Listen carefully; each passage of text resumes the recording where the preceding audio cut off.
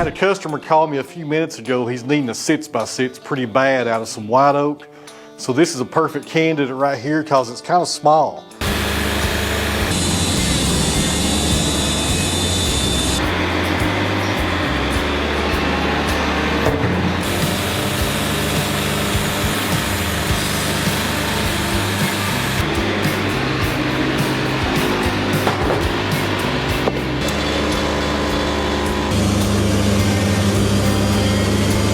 You always want to work around the pith right there in the middle.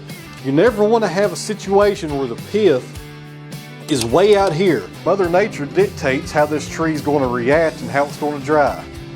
Just have a good strategy so you can work around that and exploit its weakness and gain its strength.